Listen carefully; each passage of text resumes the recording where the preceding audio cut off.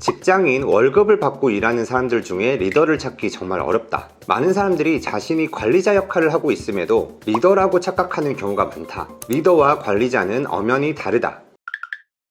안녕하세요, 코렌입니다. 오늘은 조직 안에서 리더, 관리자, 실무자를 어떻게 구분할 수 있는지 한번 이야기해 보려고 합니다. 이러한 구분은 조직을 운영하는 관리자 입장에서도 또 그 조직에서 근무하고 있는 우리 각자의 입장에서도 꼭 한 번쯤은 생각해 볼 필요가 있습니다. 조직에서 새로운 인재를 채용하거나 기존 구성원들에게 새로운 역할을 맡길 때 조직은 그 사람이 리더인지 관리자인지 실무자인지 잘 파악하고 있어야 합니다. 반대로 우리 각자도 스스로를 돌아보고 인지할 필요가 있습니다. 지금 나는 실무자인지 관리자인지 리더인지, 혹은 앞으로 관리자가 되고 싶은지 실무자로 일하는 게 더 좋은지, 지금 내 역할과 위치, 그리고 조직이 나에게 기대하는 역할을 한번 생각해보는 일은 앞으로의 커리어에 있어 아주 중요한 기준점이 될 수 있습니다.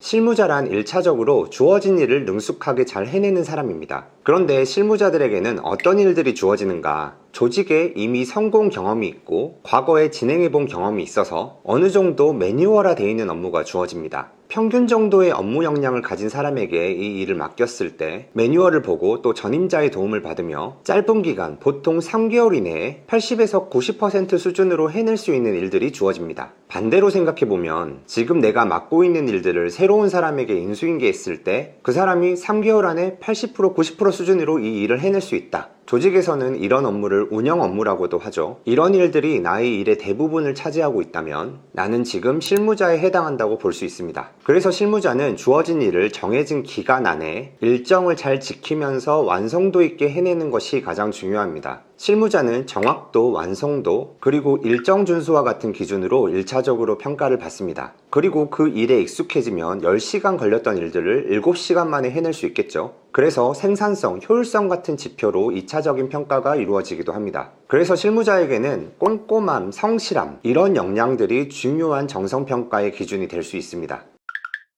관리자는 회사 내 여러가지 실무적인 업무, 운영 업무를 총괄하고 조율하는 역할을 합니다. 아무리 운영 업무가 어느 정도 매뉴얼로 정리가 되어 있다고 해도 우리가 조직에서 하는 일이 매일매일 똑같을 수는 없습니다. 단순히 아르바이트 일을 하더라도 매일 100% 동일한 상황에서 일을 하는 경우는 거의 없겠죠. 조직 내부의 상황이 바뀔 수도 있고 시장 상황이 바뀔 수도 있습니다. 올해도 6월에 갑자기 대선 일정이 생겼잖아요. 그로 인해서 근무 일수가 하루 줄어들 수도 있고 갑자기 팀원이 내일 퇴사한다고 말할 수도 있습니다. 경쟁사가 신제품을 출시할 수도 있고 몇 년째 우리와 함께하던 고객이 갑자기 계약을 종료할 수도 있습니다. 법이 바뀌거나 규제가 더 심해질 수도 있습니다. 이처럼 조직 내부와 외부에서는 계속해서 다양한 변수들이 발생합니다. 그럼에도 불구하고 조직이 생존하려면 지금의 상태를 최소한 잘 유지하고 있어야 합니다. 작년에 잘했던 것, 지난달에 잘했던 것만큼 올해도 이번 달에도 잘 해내야 합니다. 그래서 관리자는 앞으로 발생될 수 있는 변수와 갑작스럽게 발생되는 변수들을 예측하고 관리하면서 조직의 시스템이 흔들림 없이 돌아갈 수 있도록 우리가 목표한 방향대로 나아갈 수 있도록 관리하는 사람입니다. 그래서 관리자는 목표 관리와 목표 달성 여부로 평가를 받습니다. 그리고 이 목표를 달성하기 위해서는 리스크 관리, 리스크 매니지먼트 역량이 반드시 필요합니다. 실무자처럼 꼼꼼함, 성실함만으로는 관리자 역할을 잘 해내기 어렵습니다. 내부 문제를 원활하게 해결하기 위해서는 커뮤니케이션 능력도 필요하고 시장과 조직 내부 사항을 읽어내는 분석력도 필요합니다. 그리고 점차 더 높은 목표를 설정하고 시스템과 운영 업무를 고도해 나가면 그만큼 더 좋은 평가를 받을 수 있습니다.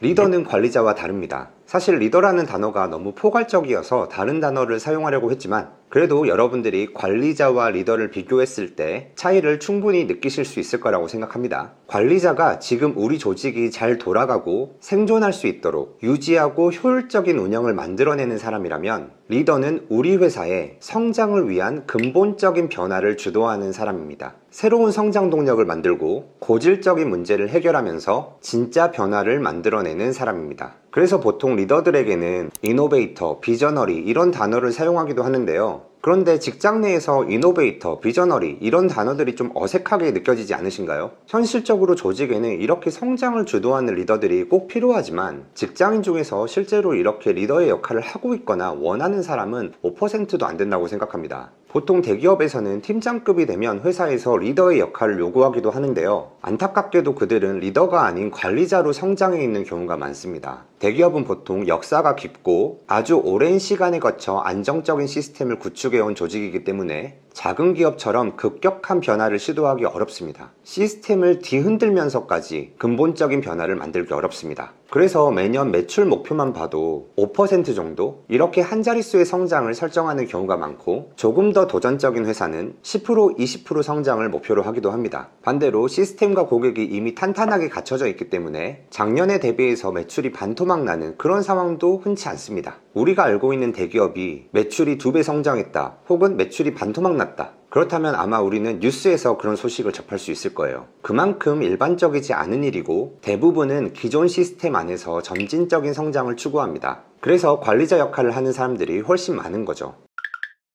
점진적 고도화와 변화의 차이를 좀 더 이해하기 쉽게 이번에는 개인의 관점에서 한번 이야기해 보겠습니다. 지금 내 연봉이 5천만 원인데 내년에 연봉이 5,200만 원으로 인상됐으면 좋겠다. 그럼 어떻게 해야 할까요? 많이 불가능해 보이진 않을 겁니다. 물론 200만 원 인상이 쉽지 않을 수도 있지만, 내가 200만 원을 더 받기 위해 지금 하고 있는 일들을 완전히 바꿀 필요는 없습니다. 조금 더 열심히 하고 내가 더 잘하고 있다는 걸 어필하고 조금 더 나은 결과물을 보여주면 되겠죠. 그런데 지금 내 연봉이 5천만 원인데 내년의 연봉 목표가 1억이다. 그러면 어떻게 해야 될까요? 가능해 보이시나요? 불가능하다라는 생각이 먼저 들진 않으신가요? 리더들은 이런 역할, 이런 일의 책임을 보통 맡게 됩니다. 5천만 원 연봉을 받고 있는 사람이 1억의 연봉을 받기 위해서는 지금 하고 있는 일에 근본적인 변화가 필요합니다. 기존에 내가 해왔던 일들이 아닌 새로운 일에 도전해야 돼요. 이렇게 막막하고 불가능해 보이는 상황에 도전하는 일들이 리더에게 주어집니다. 제가 몇 년 전에 들었던 참 인상 깊었던 말이 있는데요. 10억 매출을 내는 회사가 50억 매출을 내려면 10억 매출을 낼 때 했던 일들을 모두 안 해야 한다. 마찬가지로 연봉이 5천만 원인 사람이 1억을 목표로 하고 있다면 5천만 원을 받을 때 했던 일들을 모두 안 해야 한다. 리더들은 이런 상황에서 일을 합니다. 그래서 리더는 단순히 목표 달성 여부만으로 평가받을 수 없습니다. 그 목표를 단기간에 측정하는 것도 어렵습니다. 관리자에게 리스크 매니지먼트 역량이 중요하다면 리더는 반대로 리스크 테이킹 역량이 중요합니다. 남들보다 빠르게 시도하고 시행착오를 겪으면서 그 안에서 유의미한 결과물, 인사이트를 얻을 수 있는가? 그리고 기존에 자신이 잘했던 성공 공식을 과감히 버릴 수 있는가? 이른바 언러닝이라고도 하죠. 새로운 환경 속에 자신을 던질 수 있는가? 이런 역량이 리더에게 필요한 요소입니다. 그래서 지금 내가 조직에서 맡고 있는 일들이 정말 막막하고 도무지 정답이 없어 보이는 일들 뿐이라면, 그리고 내가 선택할 수 있는 여러 방법들의 성공과 실패 확률이 반반 정도로 느껴진다면 지금 당신은 리더의 역할을 하고 있는 것입니다. 그래서 리더의 역할을 수행하는 데 있어서 내가 관리자 시절에 익혔던 역량들이 오히려 방해 요인이 될 수도 있습니다.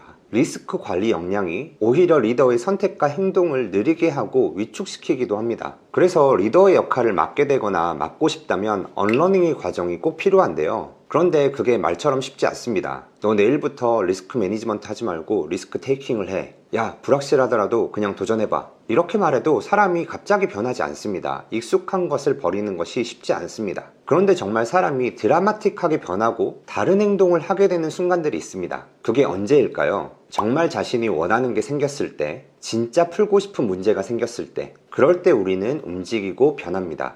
꼭 일이 아니더라도 마찬가지입니다. 다이어트를 예로 들어보자면 내가 지금 80kg다. 그렇다면 78에서 한 82kg 정도의 체중을 유지하는 것은 그렇게 어렵지 않습니다. 그런데 내가 80kg에서 65kg로 15kg를 감량하고 싶다. 이런 드라마틱한 변화는 쉽지 않겠죠. 그런데 이런 도전을 하게 되는 상황들이 있습니다. 내가 좋아하는 사람에게 거절당했을 때, 혹은 결혼식을 앞두고 웨딩 촬영을 진행해야 될 때, 이렇게 뭔가 분한 감정, 설레는 감정, 혹은 사람들 앞에서 잘 보이고 싶은 감정이 극대화될 때, 나의 결핍이 극대화될 때 우리는 도전하게 되고, 그런 상황에서 드라마틱한 변화를 만들어낼 확률이 높습니다. 일도 마찬가지라고 생각합니다. 지금 내가 맡고 있는 역할 안에서 이 문제를 정말 풀고 싶은가? 이건 꼭 내가 해결해보고 싶다. 이런 문제의식이 있는 사람들이 리더가 됩니다. 그리고 이런 문제의식을 가지고 있는 사람들을 조직의 리더로 세워야 합니다.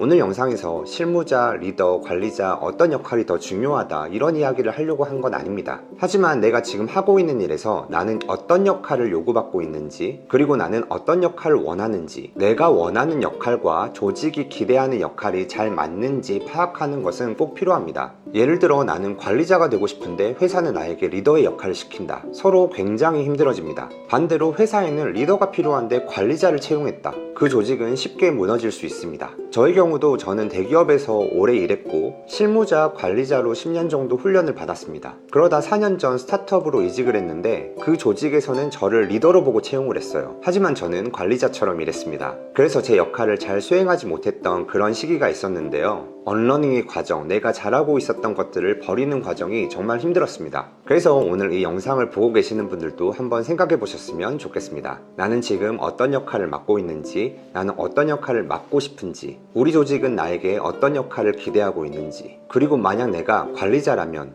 리더라면 나에게 부족한 역량은 무엇인지, 어떤 역량을 더 키워야 하는지 이런 질문도 한번 던져보셨으면 좋겠습니다. 오늘 영상도 좋으셨다면 좋아요, 댓글 부탁드리고 구독해주시면 더 좋은 컨텐츠로 찾아오도록 하겠습니다. 감사합니다.